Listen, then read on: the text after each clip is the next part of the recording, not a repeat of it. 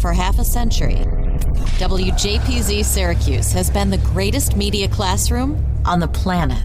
We've trained students from the 1970s to the 2020s on how to run a professional radio station. But the lessons learned and relationships formed go far beyond studios and transmitters. Taking a look back through the eyes of those who experienced it. This is WJPZ at 50. Welcome to WJPZ at 50. I am John Jagay, and I'm already smiling today because it's hard not to smile when you are talking to today's guest. One of the big gets for the show, I have to say. He is Hall of Famer from the class of 1995, Neon Dion Summers from SiriusXM. Welcome to the show. This is the high point of, my week, man. It's all downhill from here, bro. Thank you. That's high praise. No pressure, right? None at all, man. None at all. Mina's done this, said it was amazing. Gorab this morning said it was really, really dope, man. So I'm just glad to be here, man. You know me. I'm happy to be here, man. Ready to go. These are names. We're going to come back to Mina's name in a minute because she was pretty effusive of her praise of you in this podcast. But take me back to the beginning. How's a kid from Baltimore end up going as the Great White North in Syracuse?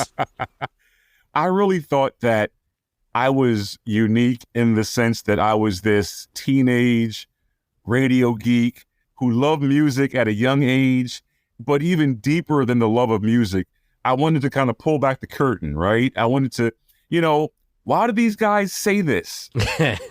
Why do they play this song every 2 hours and 15 minutes? Who's making them do that? And so in my 12, 13-year-old brain, I wanted to pull back the curtain, right? I wanted to find out why, who's making them do this stuff, and how could I do that one day? Right. And so when it came time to sort through colleges, I got a full scholarship to Iowa State. Okay. Which did not have a college radio station. So that was taken off the list real quick. That was done. And it came down to Syracuse and Howard University, which also has a very reputable college radio station. And I remember going to campus and I visited their campus station, WHBCU, and was like, wow. Those are some great call letters, by the way. Right. Just a really, really cool radio station. And, I really felt like I could really fit in here. I could really belong here. But the thing that did it for me, the thing that really, really, really did it for me for JPZ, I remember I also, as a senior, high school senior, visited the campus. It was April of 91. I remember this so well. It was a Thursday. Picture it. Sicily. I remember it so well because it was a Thursday night and I had to ask for directions to where Watson Hall was. And then once I found Watson, I had to find where the hell the radio station was because it was in the back. Yep. So I had to find where to get there. And I finally got inside the radio station between 8 o'clock and 8:10. And I'll tell you exactly why I knew it was between 8 and 8:10. As I wandered in, BB Good, our friend Sharon Goodman, was recording guest ZJs for the top 8 at 9. And I remember this so vividly. She was trying to have someone introduce song number 7, which was Latour, People Are Still Having Sex. And I remember her, at the reel-to-reel with the splicing tape and doing 10 things at once, right? She's hitting buttons, she's segueing, she's going back and audition to record the caller, she's pulling her hour. Amazing. Just seeing her make this great radio happen, the curtain was pulled back, Jack. I'm this is what I wanted. The curtain is pulled back and I finally see how the sausage is made, right? Yeah. I finally see this, with my own 2 eyes. And, she was a college student, not much older than I was. And I'm she's killing it. Yeah. I want to do this. And that was it. That was the moment where Syracuse beat out Howard.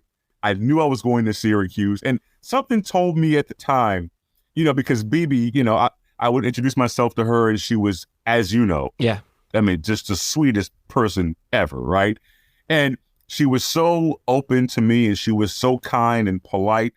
I knew I found my tribe. Yeah. I knew I found my tribe. Aside from a bunch of radio geeks, I just felt I really feel like I can belong to a place like this, which when you're 16, it's hard to belong, right? Thinking back, when you're 16, it's hard. But I felt like I had my tribe. I felt this could really be something that would be life-changing for me. I knew that then. And I think I was right.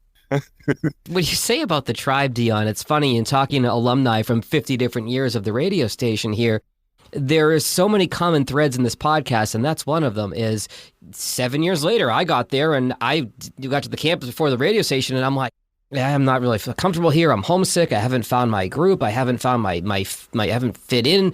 And I got to the radio station and I did. Yeah. You know, if there were some folks like for you, for Matt Friedman, who the radio station was almost came first before Syracuse University. And then you end up there and they don't even have to ask you how you go from Syracuse to the radio station because the radio station came first. It really did. It really, really did. And again, you know, like I said at the beginning, like I thought I was alone in this. We all did. We all did. Nobody else has these weird radio, you know, inclinations. Like we all did. And so that's how you know that your tribe was genuine, because you thought like, wait a minute, you too? Wait, Damian, you too? Velarde, you too? Yeah.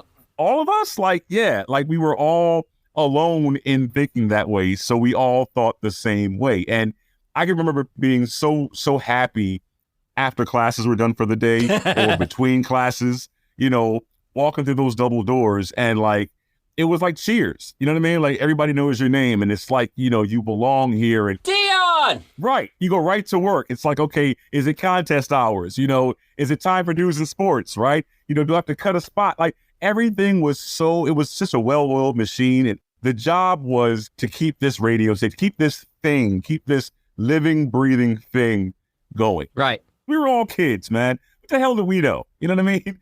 We all took what we thought we knew from our hometown radio station and applied it into this thing, right? So we were all learning as we went along. Take me through your evolution of what you did at Z89. Anything. It didn't even matter. You know, it's funny now, being, you know, old now. I think back, I think to myself, was there really a time where I was up and on the radio at 4 a.m.? Did that really happen? Like, yes. Like, I remember, and even before freshman year, Jag, I'll tell you, man, I remember there was something called Summer Institute, which was a 6-week program for incoming freshmen of color that myself, Damian, El Loco, G Nice, George Rizzo, a few of us have belonged to Summer Institute.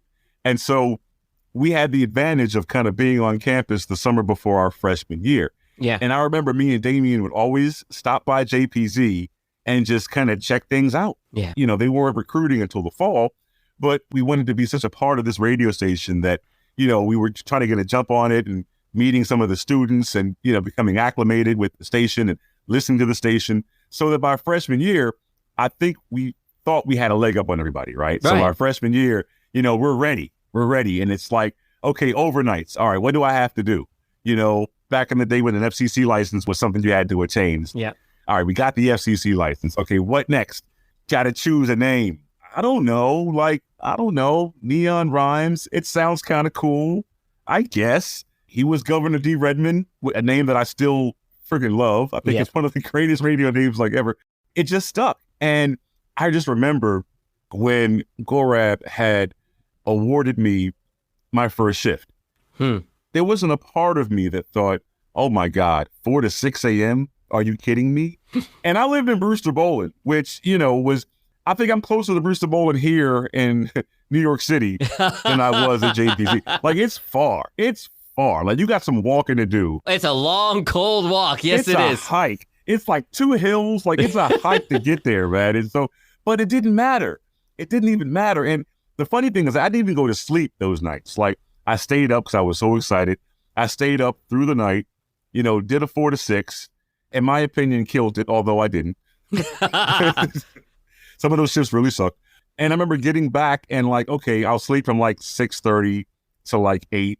I don't know why like 18-year-olds only needed like 90 minutes of sleep, but that's all we needed back in the day. Right, yeah. Like that was it. I was fine. I was good with it.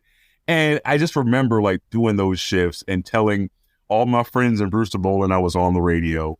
And that just began here's what I didn't count on happening. I never got into it, and I'm pretty sure everyone else you spoke with never got into this for the recognition, for the props, for the right.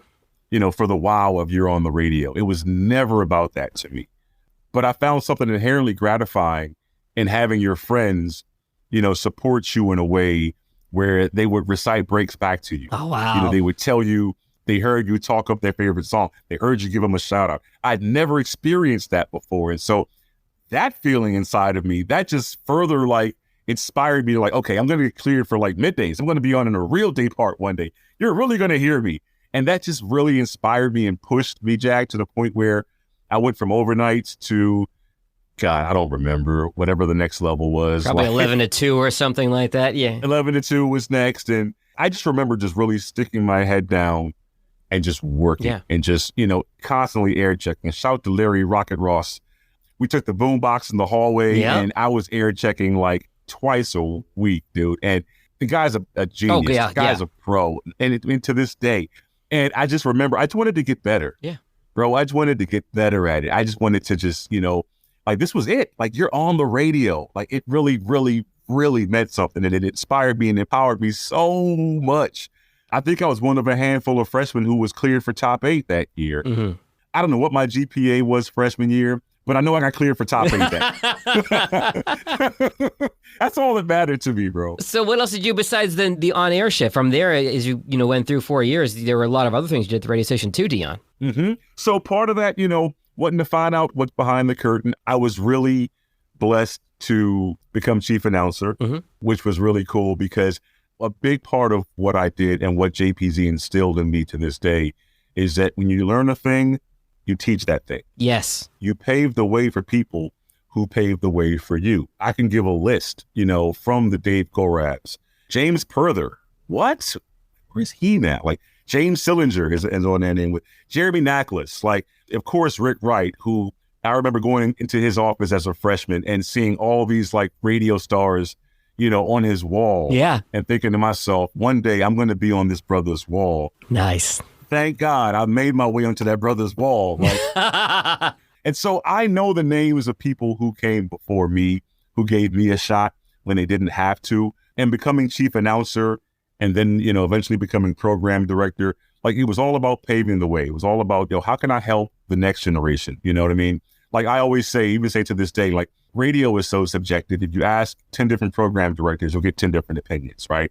All I can give you is mine and what has worked for me.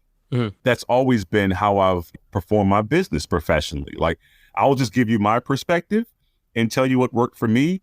You internalize that and you let me know how this works for you.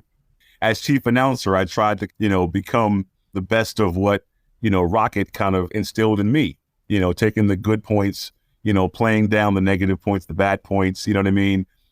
Just the powers of articulation and getting a point across, one thought per break, and all these mainstays that we still repeat, in this building in Midtown, New York City. Like, it's no exaggeration when I tell you, like, the things that I've learned and the things I've been a part of at JPZ directly led to what I'm doing right now. Like, we had the difficult conversations.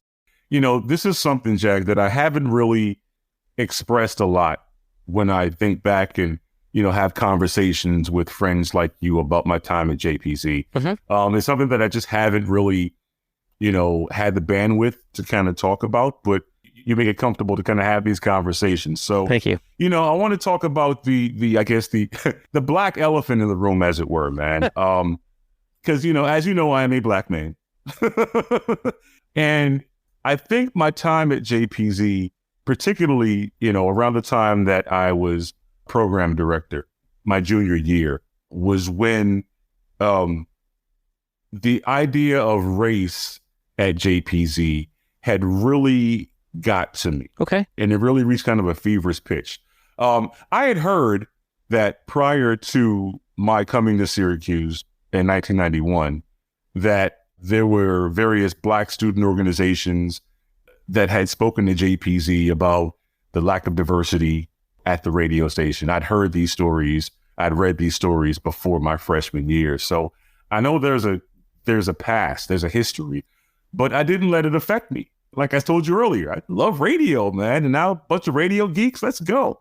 So that's how I felt up until I became program director. And I think that the idea of race reared its head by my junior year as program director.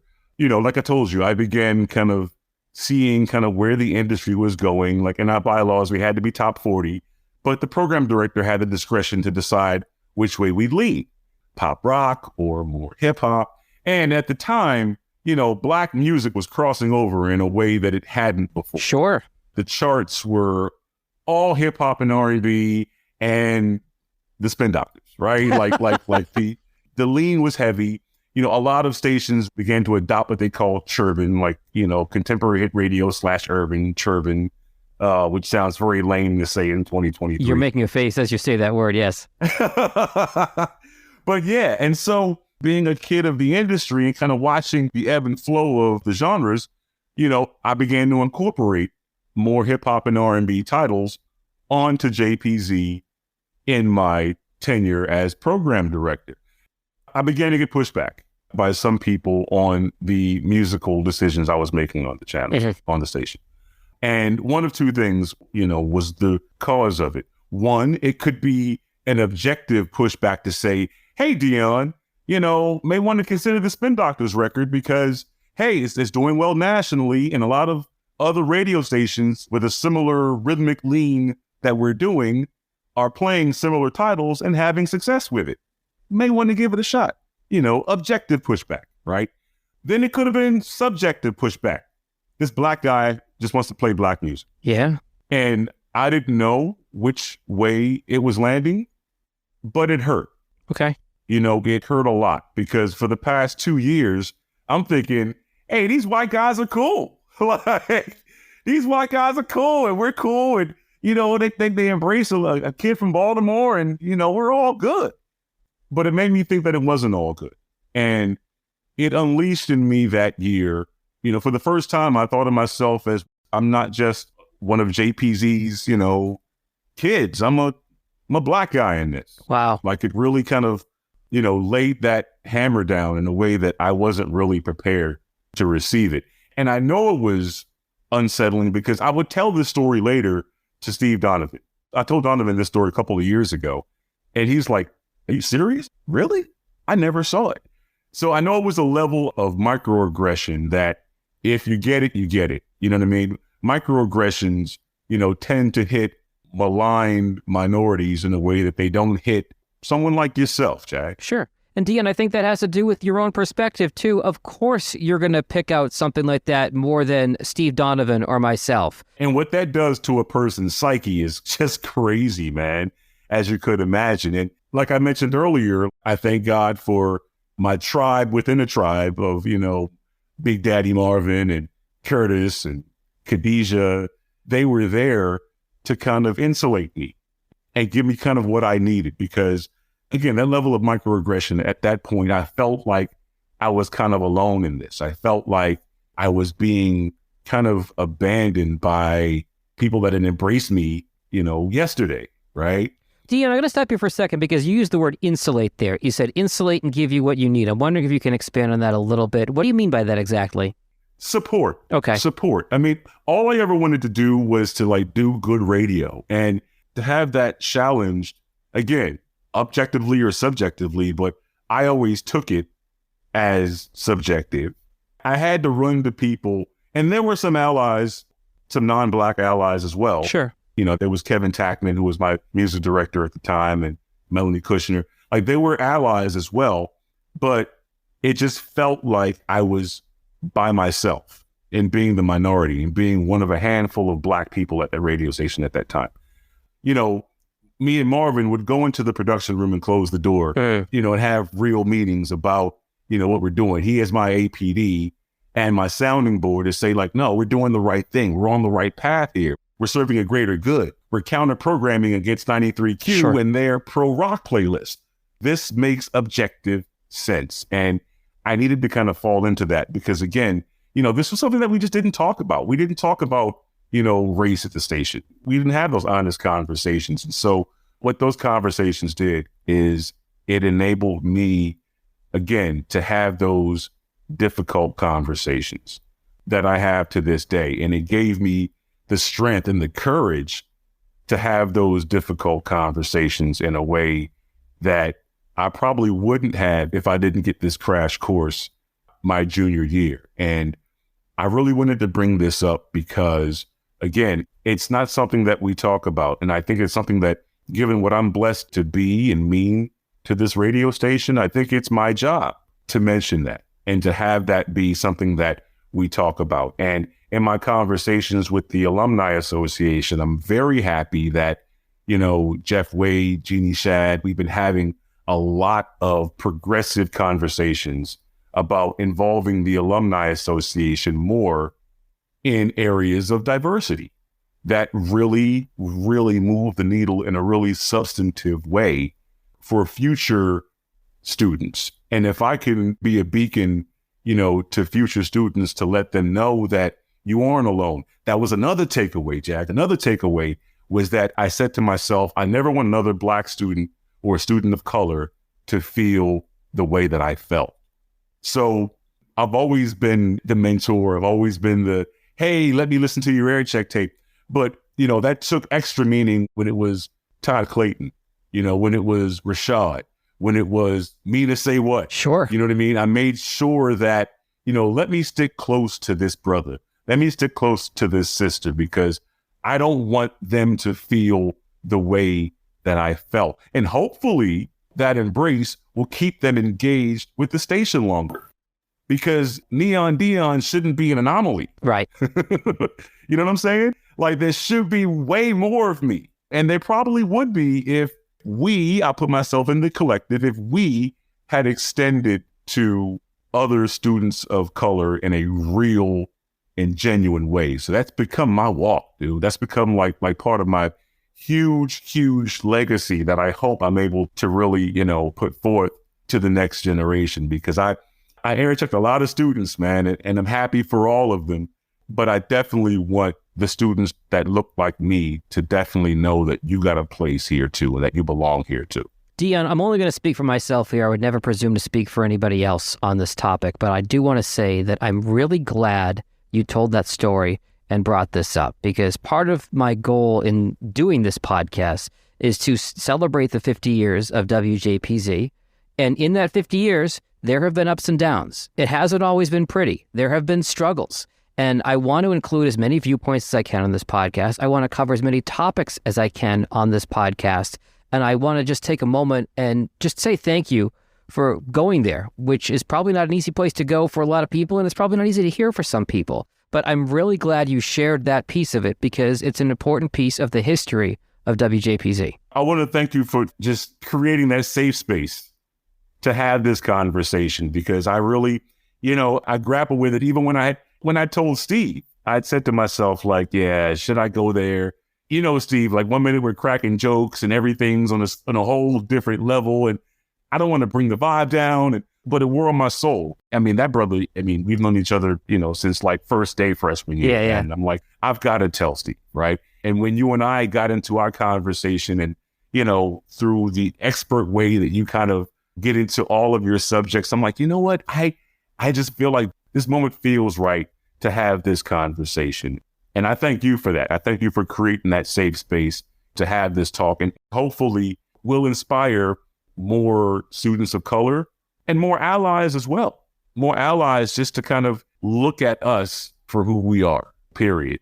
And to have a relationship based on that. But, that was one of the hard lessons that JPZ taught me. A lot of sunny lessons, a lot of bright lessons. I hit many a post, but, this was one of the hard lessons that I think JPZ had taught me. And I thank them for it because, like I said, I literally have, this level of difficult conversation to this day. And it taught me more than I would ever have without it. So it sounds like you took what could be taken as a really negative experience at the radio station and turned it into a lesson that you've applied in your career since. Absolutely, man. Absolutely. I mean, adversity is nothing new for maligned folk, for maligned minorities, for maligned people, but it's what you do with that pushback, with that negativity. It's what you do with it. And I think many students may have taken, a level of what I may have gotten and said, you know what, F this place, man. This isn't for me. You know what I mean? And cut out or dial themselves down. I was too invested. Yeah. I was way too invested in this radio station, in its people, in what I saw for myself. I was too invested to just quit. And I'm not a quitter, dude. Like, it just isn't in my DNA. So it wasn't even an option for me. But others may have said, you know what? So I want to push back against the ants now and to encourage more conversation. Like, we don't all have to kind of agree, but let's be respectful with it. You know what I mean? Because at the end of the day, all we share is our love of what we do. So let's just kind of be that to each other, first and foremost. It's the podcast celebrating the world's greatest media classroom. It's WJPZ at 50. Hey JPZers, it's Sam Candell, class of 2018 and chair of this year's banquet committee. Banquet 38 will be March 4th, 2023, and time is running out to get your tickets. You can buy tickets now for $125 through February 28th. Get them now through the link in our show notes. Looking back at half a century of broadcast excellence. This is WJPZ at 50. Let me take you back a little bit, Dion. You've talked about where you are now. Take me through your career path since JPZ, because you have done a lot of stuff. For the alums who don't know you as well as most of us do, and your Hall of Fame career since graduation, take me through the different roles you've had. It's a blessing, man. I mean, radio is all I wanted to do. Yeah. No, that's a lie. Okay. I wanted to be an astronaut Okay. when I was really young, but that was fleeting. Radio has been like my joy. And so after Syracuse, I had the all-time dream realized where I was hired in my hometown radio station, the same station that wouldn't return my calls 4 years prior. Right. I'll give you a quick lesson that I learned on the power of relationships that I still use to this day. It's all about, and this is so cliche, but it's all about who you know, right? I mean, once you're in that position, if you don't know anything, you're going to get kind of weeded out pretty quickly, right? But it's all about that person who will give you the look, the nod, the Dion's okay, right? I learned that early. I got my first job thanks to my relationship with Melanie Kushner at JPZ. Melanie introduced me to a guy named Russ Allen, who at the time was APD at WPGC in Washington. And me being a Baltimore guy, she arranged for us to hang out during Thanksgiving break. Hey, yeah, Russ is in DC. If you can make it to DC, you can hang out in the studio. Perfect. Okay, cool. So, she hooked it up. I hung out with Russ in the studio one night. 2 years later, Russ is awarded program director stripes at 92Q in Baltimore. Hey, Russ, remember me? Dion, Melanie's friend. And he hired me on the strength of JPZ air checks and that relationship. And I ended up at that radio station for 9 years. I went from the overnight guy in 95 to program director in 99, programmed the station for 3 years, which was one of the biggest joys of my career, just to be in your hometown.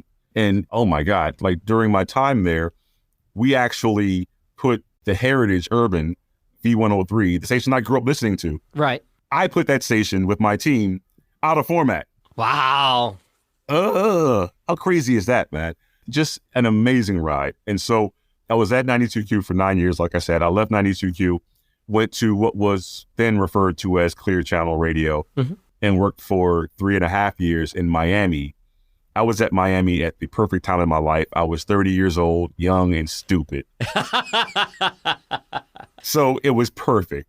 For some reason I had a sexy apartment on South Beach. Yes. Even though the station was in Fort Lauderdale. That's a commute. All right. Right. I didn't care, man. I didn't care. But it was a great radio station because unlike 92Q, which had become a heritage, very consistent radio station, the station that I went to in Miami was a startup. It was a renegade station going up against the 92Q of Miami, if you will. So I got experience on both sides of the coin, right? Yeah. How to keep a strong heritage station afloat and how to build a station from scratch. I've been both too. Some stations I've been the hammer, some have been the nail. Exactly, bro. And so that was amazing to me. But then I had to shift around like the early 2000s, man. FM radio had begun to, in my opinion, lose its programmer autonomy. I agree with that. Okay. Stations like mine at the time, weren't free to add music that we had, made professional decisions that, made sense for the market. We weren't in charge of bringing in talent.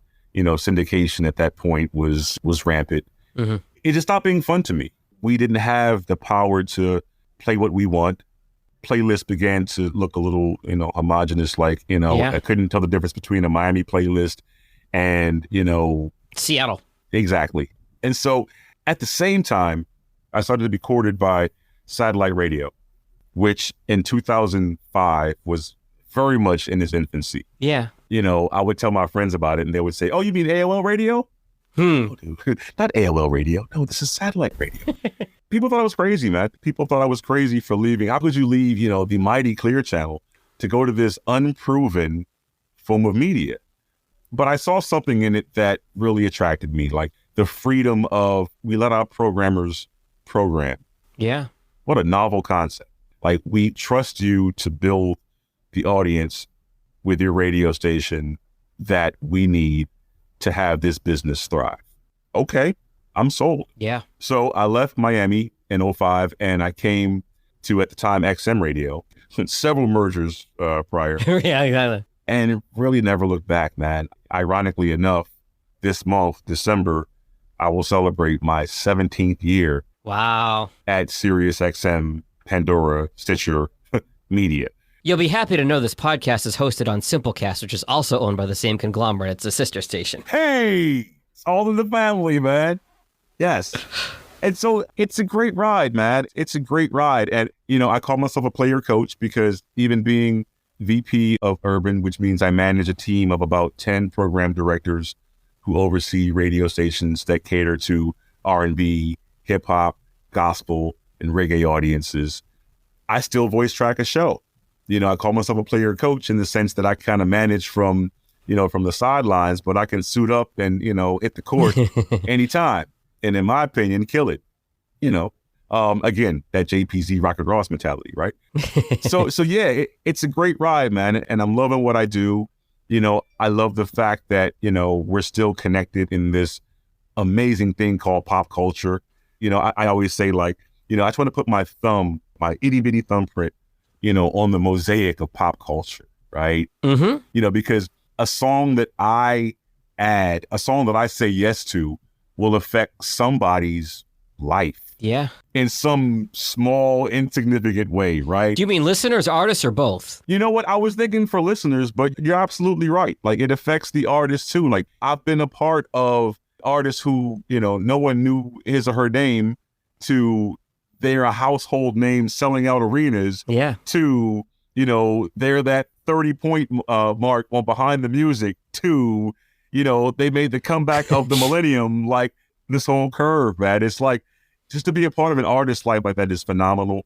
But to touch a listener like that, to add a stupid song like Tootsie Roll by the 69 Boys. Yes. And to know that resonates with somebody, that I was a part of that. I did that. I didn't do open heart surgeries. I'm not curing cancer over here, but, something that we do in our daily walk is affecting, someone's life for the better. And that's the biggest praise I could receive, man. So, Dion, earlier you talked about all the mentors that you had starting at JPZ and honestly throughout your career.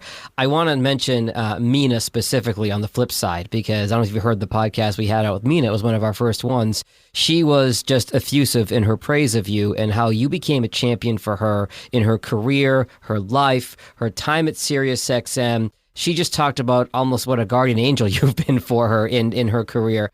Talk to me about your relationship with Mina Yona from the class of 2008. Okay, you want to talk about a tribe? I remember returning to Syracuse for banquet, and I heard her on the radio. And I thought to myself, who the is this? Like, she just sounded amazing. I heard her on the radio. We were going to the mall, of course, because that's what you do. That's what you do alumni weekend, right? And I remember hearing her, and she just sounded so good. For a second, I thought this must be like another alumni. Yeah. This is a student. Like, she sounds so natural and, so authentic and so real. Like, I shouldn't have been surprised, because this is what we do, right? We crank out these voices. We crank out these personalities who emote. So I remember I made it my point to meet her. I had to meet her. I had to meet her. And then when you meet Mina, she's just as genuine, like IRL, as Yes. she is on the radio. Like, what you see is what you get. Yeah. You know what I mean? And then we talked about her programming history at the radio station. I told her my programming history at the radio station. And, there were a lot of common threads. There were a lot of common threads, in being an executive of color, at Syracuse University. And immediately, despite our age difference, despite, where she was versus where I am, I saw a kindred spirit in her. Yeah. Like, it just gives me goosebumps to this day, and just even talking about it right now, because she and I were so similarly yoked, you know what I mean? And it just renewed my fascination with the radio station, with JPZ, that like, it did for me, what it did for her, like in '08, like the same level of taking someone who has, the love and drive and determination. We'll sharpen your edges, you know what I mean? We'll round out where you're a little rough, and we'll make it work. And she came from that same school of thought that I did. And so I can't even call her my little sister anymore. I mean, she's grown with a baby, the whole deal. But I've always stayed close to her because, she was an example. Again, I thought I was the only one. I thought I was alone. I didn't have my tribe until I came to Syracuse. I didn't have people that said, you belong.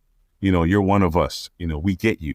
I didn't have that before Syracuse. And when I saw her and heard her, I knew that, like, she's the same way. Like, we're cut from that same cloth. So I've always kept her close.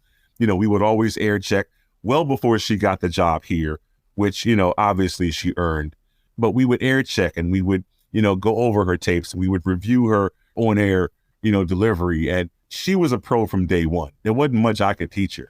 You know what I mean? Like, it's that it factor, Jag. Like, and I think 99% of, JPZ students have got that it factor. Like, It's just that it thing, man. You just got it or you don't. And, she had it exceedingly, to the point where when there was an opening here, we had worked together for so long, it was a no-brainer. You know what I mean? She had cut her teeth in other markets and for other companies. She was ready. She was ready for that national look. And to this day, like, we spoke this morning, like, we're doing some stuff for New Year's and programming on the Heat. She just gets it. And it's such a joy when someone who gets it is just so genuinely sweet and kind, and that you could genuinely call a friend. Like, I couldn't ask for better from her. And it all started from, like, that chance encounter where I was listening to her on the radio and thought, wow, like, she blew me away then, and she still does that for me to this day. She's done that with generations of alumni and students. I remember I was class of '02. Matt Del Signor and Josh Wolf from '03 were like, you've got to meet Mina when you come to Syracuse. Like, she's a rock star. And so that's awesome to hear. It was great to hear her perspective on your relationship, and now it's great to hear your perspective on the true friendship and as colleagues that you've built over all these years. Tell me, if you could, I don't want to make it seem like you're on the Oscars and you're going to forget somebody, but tell me about a few other relationships or close names, either from classmates or alumni older or younger than you, that you've developed great relationships with over the years, Dion. Sure. The tribe, and I'm going to forget people because, I mean, oh my God, like, I remember when Velarde came here to the building on alumni business about maybe like a couple of years ago, I think before COVID, we just had the greatest conversation just about old times and about just kind of what JPZ meant to us. And, it's kind of like going through like a fraternity and thinking back for, when you were hazed and hazed from 4 to 6 a.m. Right. When you crossed and got your letters and, you know what I mean? Chris, Adam, Kafele, Damian. Damian and I were like, yo, we're going to get in this radio station one way or the other. Like, yo, we're going to make this thing happen, like, period. You know what I mean? Gorab, like, it's surreal to me, the fact that he and I work in the same building. You know what I mean? It's surreal that I see him every day. Diamond Dave, he was my first program director. The music mixes the difference. I'm like, dude, like, it's so great to work around him to this day. Like, I love that. I mentioned Jeremy Naklis. He was always in my corner. Marvin, Big Daddy. Oh my God. Like, I just say his name and start laughing, bro. Like, Marvin has just been such a good friend. Yeah. Marvin was the bad cop to my good cop. And he knew it. And I love that about him, man. I remember Kendall B. Yep. Oh my God. How I idolized Kendall B. I remember when I asked if I could sit in on Dance Jam one Saturday, and he let me sit in on the show. And I mean, this thing was a 3-ring circus, man. You would never guess that all of this great audio came out of this friggin' shoebox of a studio. Because, I mean, he was running full court on everything. And I just sat back and thought, oh my God, like if I can just do half of the stuff that this guy is doing, like he's creating magic like every single week. And I would tell him that, like, oh my God, like just watching him and Shanti and Marvel was involved, shout to Curtis, Danny Cagney, like it was just magic to me. Like that was like homework to me, just studying Kendall B like every single Saturday. Wow. Jen Neese, Jen Neese and Steve Donovan, Abe Froman, we starred in a UUTV sitcom freshman year. That was so incredibly, irrevocably bad. Oh my God. It was called Roommates. Okay. Myself, Steve Donovan, and there was a third non-JPZ guy. The three of us were college freshman roommates. And Jen and another co-female lead were like our best friends. It's like, it was like Friends with a black guy. And it was just so bad. It was so bad. I think one of my subplots was that like I had separation anxiety as a freshman. So I had a bunny. Okay. Like I had a stuffed bunny rabbit that I kept. You'll find it somewhere. Like Donovan found it and shared it with me. And it was like, oh my God, please burn this. I might have to get it from him and link it in the show notes now. I'm telling you, it's there. Like since COVID, he's given this to me. And it was even worse seeing it over again, like so bad. But I knew Steve and I knew Jen from roommates. Like we literally would do UUTV and then walk across the hall to JPZ. So I've always kind of had them be like, we were part of that original sort of crew, and I love whenever I talk to Steve, like he interviewed me a while back and we had a great time catching up. Jen to me was always just like such a great spirit, Joanna, Mark, I'm going to forget people, you know what I mean? Ed Brundage, like I think one of the best set of pipes, in the building. We were just a bunch of just, kids. We just threw anything against the wall, bro. Yeah. Whatever sticks, whatever doesn't. Who cares? Like, let's just try it again, man. Like, that was the magic of it. We were all kids just trying to, like, make a cool radio station, man. Like, it was great. I'm sure I'm forgetting a lot of people, so I may just randomly. That's all right. Just kind of spit out a name. Bebop Alexander. I may just spit out a name. Tina Jones. Right. It'll happen. So just bear with me, man. I always ask our guests for a funny story from their time at the station, and you may have already checked that box with the idea of picturing you and Donovan and Neese on a sitcom together, because I need to get that YouTube video and add to the show notes and maybe splice a couple clips into the episode here. Any other funny stories from back in the day that come to mind immediately for you, Dion? You know how much of a Whitney fan I am. I remember when we first got the I Will Always Love You CD single, I literally screamed. Like I literally like Whitney. Yeah, exactly. Well, no, nothing like Whitney. Well, I mean, you can't hit that. You can't hit that note. I know, yeah. I didn't go where she went with it, but I remember that, right? I remember being in the Carrier Dome. Not really a funny story, but something that just always stuck with me. Like I remember being in the Carrier Dome before sophomore year and being at the Z table. This is when we got the new Splash paint swipe logo. Mm-hmm. I just remember like we had a huge group of people at our table wanting to join the radio station. It was me, I think Joanna. I just remember like it was a black guy, a female, a white guy. And I thought, this feels right. Mm-hmm. You know what I'm saying? Like, this feels right. At the end of the day, man, I just really wanted to belong. You know what I mean? I'm this, lanky, goofy black guy. Like, I don't know if I'm going to fit in here. But little did I know that I had joined the Isle of Misfits, where yes, we were. Where we were all cool, man. Like none of us were cool, so we were all cool. None of us were uncool. There you go. Yeah. Right. And just my lasting thought with Z has always been like, thank you for embracing me. You know what I mean? Like thank you for embracing me. Thank you for taking my love of music and my desire to pull back that curtain seriously and manifesting that love and literally being the reason why I'm sitting in this space right now at 1221 Avenue of the Americas. Like, it's a direct result of everything that I've done at that radio station and every friendship that I've nurtured, every cart that I've played, What's a cart? For our younger listeners who don't know, right. If you've ever seen an 8-track, it's somewhat similar. We're only audio, but Dion is holding up a cart of... Yeah, it's audio, so you won't be able to see this. Is It Good to You by Heavy D and the Boys, and it's got the intros marked at 2, 5, 12, 14, and 18. These are way too many posts, man. I was going to say. Yo, I stole this cart. This is an authentic Z89 cart that I took from that radio station, man. And every time I look at it, it just reminds me of, from whence I came. I just appreciate being a part of it. You know what I mean? And, being a Hall of Famer. He's got the microphone on his desk. He's holding it up right now. That was a crowning achievement, man, because all I wanted to do was belong, man. I just wanted to belong to a cool group of folks, man. And I am. I'm part of a brotherhood and a sisterhood for life. And I've never taken that for granted. Just never have. Well, I think I speak on behalf of all the alumni that I thank you for all of your numerous contributions to the radio station, both as a student and as an alum. So ironically, a little behind the curtain here, we're recording this on December 6th. I actually have to leave from this to head out to a Christmas party. I'm going to walk into this Christmas party and everybody's like, why do you have this stupid grin on your face? And I say, because I just spent 40 minutes talking to Neon Dion. And while the people at this Christmas party are not going to get it, anybody from the Alumni Association who knows you knows your happiness and your energy is so contagious. Dion, thank you so much for being on the podcast today. Bro, this like I said, it's all downhill from here, man. I think I'm going to pack up and go home now. This has been amazing. I hope I've answered your questions well, man. I love being a part of this. I can't wait to see you next year, bro. Yes. I just appreciate you asking me to do this.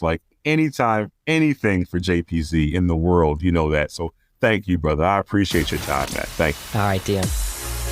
The WJPZ at 50 podcast is created entirely by the staff and alumni of the world's greatest media classroom. It's hosted by John Jag Gay, class of 2002. Editing help from James Bames Grundy III, class of 2020. Imaging by Maureen Cooper, class of 1999. And Ed Lacombe, class of 1985. Podcast artwork by Marty Dundix, class of 2001. Follow WJPZ at 50 on Apple Podcasts, Spotify, YouTube, or wherever you're listening right now.